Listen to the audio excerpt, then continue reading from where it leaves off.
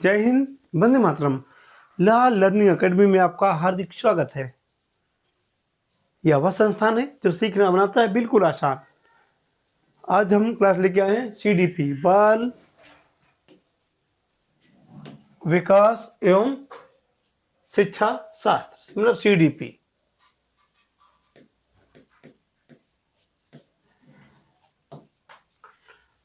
लाल learning academy आज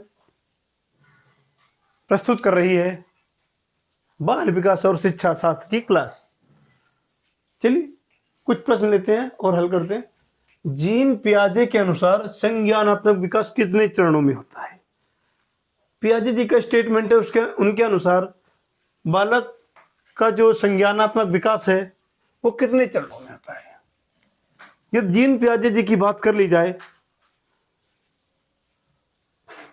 तो उन्होंने जो स्टेटमेंट दी, संज्ञानात्मक विकास को 4 भागों में बांटा है। आपका ऑप्शन होगा बी सही, लेकिन कैसे होगा?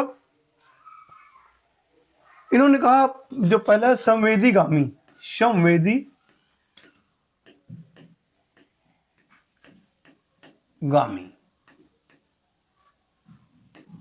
फिर आता है पूर्व संक्रियात्मक,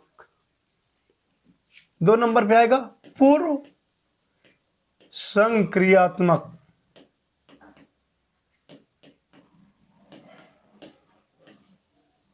कौन आएगा? पूर्व संक्रियात्मक। फिर आएगा ठोस संक्रियात्मक, फिर संक्रियात्मक कह सकते हैं, संक्रियात्मक।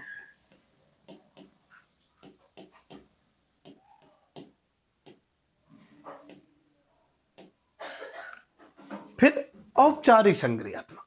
ये 4 चरण हैं। औपचारिक,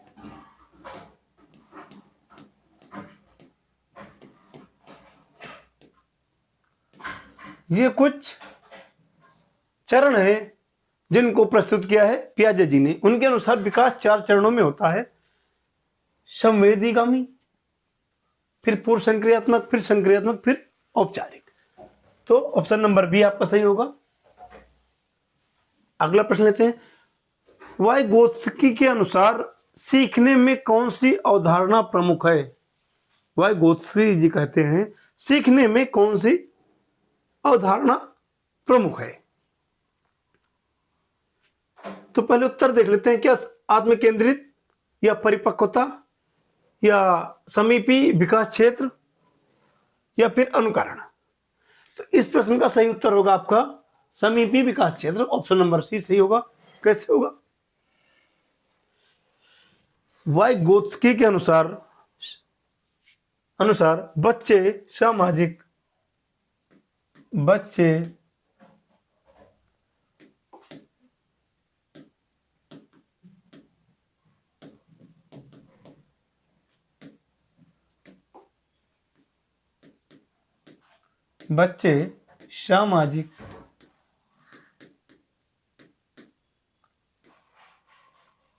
सहभागिता के माध्यम से, सामाजिक सहभागिता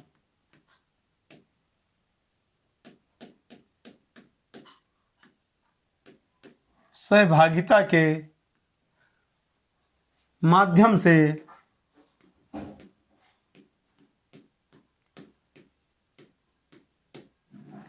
सीखते हैं।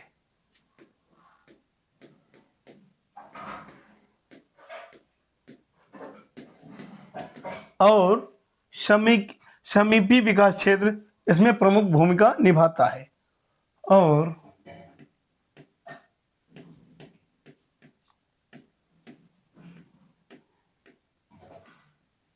समीपी विकास क्षेत्र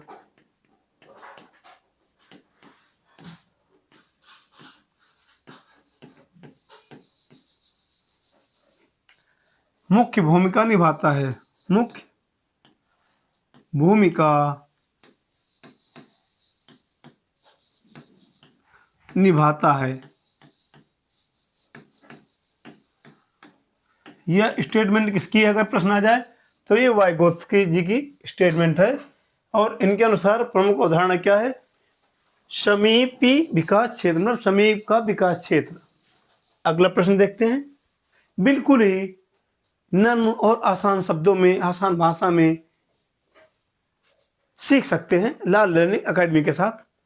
अगला प्रश्न देखते हैं, कोहलबर्ग का सिद्धांत किससे संबंधित है? कोहलबर्ग, कोहलबर्ग का सिद्धांत किससे संबंधित है? क्या बौद्धिक विकास, नैतिक विकास, या भाषा का विकास, या भावनात्मक विकास? अब जो कोहलबर्ग का सिद्धांत है वह नैतिक विकास से संबंधित है। ऑप्शन नंबर बी आपका सही उत्तर होगा। लेकिन क्यों होगा, कैसे होगा, इसको समझते हैं। कोहलबर्ग जी ने जो स्टेटमेंट दी नैतिक विकास की, उसके 3 स्तर बताए। नैतिक विकास की जो स्टेटमेंट दी उसमें 3 स्तर बताए, पूर्व पारंपरिक, पारंपरिक और उत्तर पारंपरिक। कैसे? पूर्व पारंपरिक,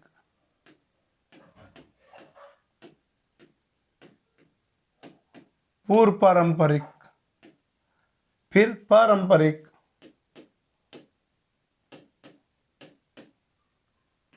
फिर उत्तर पारंपरिक। उत्तर पारम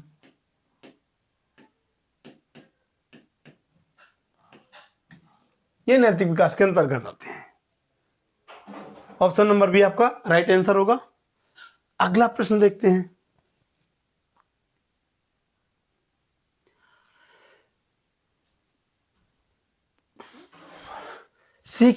बच्चे के सीखने की प्रक्रिया में रुचि क्या भूमिका निभाती है? यदि बच्चा सीखता है तो रुचि जो है क्या भूमिका निभाती है? क्या बाधक बनती है, प्रेरक बनती है, तटस्थ रहती है, मतलब न्यूट्रल, या नकारात्मक रहती है? बच्चे के सीखने की प्रक्रिया में रुचि जो है उसको प्रेरक का काम करती है, पाठ का काम करती है, सहायक का काम करती है। इसलिए यह सही होगा। क्यों? अगर बच्चा कोई चीज सीख रहा है और उस चीज को सीखने में या उस क्रिया को सीखने में बच्चे की रुचि है, तो बच्चा बहुत ही स्वेच्छा से, बहुत ही ध्यान से सीखेगा। वो सीखने की प्रक्रिया बच्चे को आनंददायक स्थितियां उत्पन्न करेगी और सीखने में प्रेरणा उत्पन्न करेगी। रुचि जो है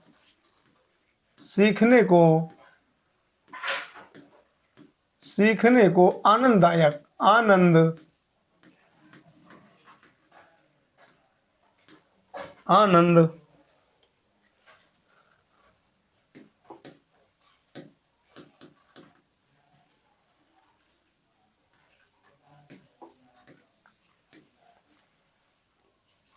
दायक बनाती है।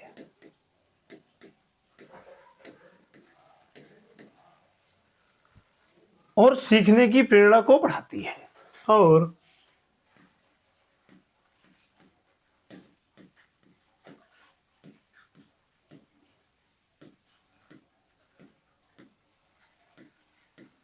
और सीखने की प्रेरणा को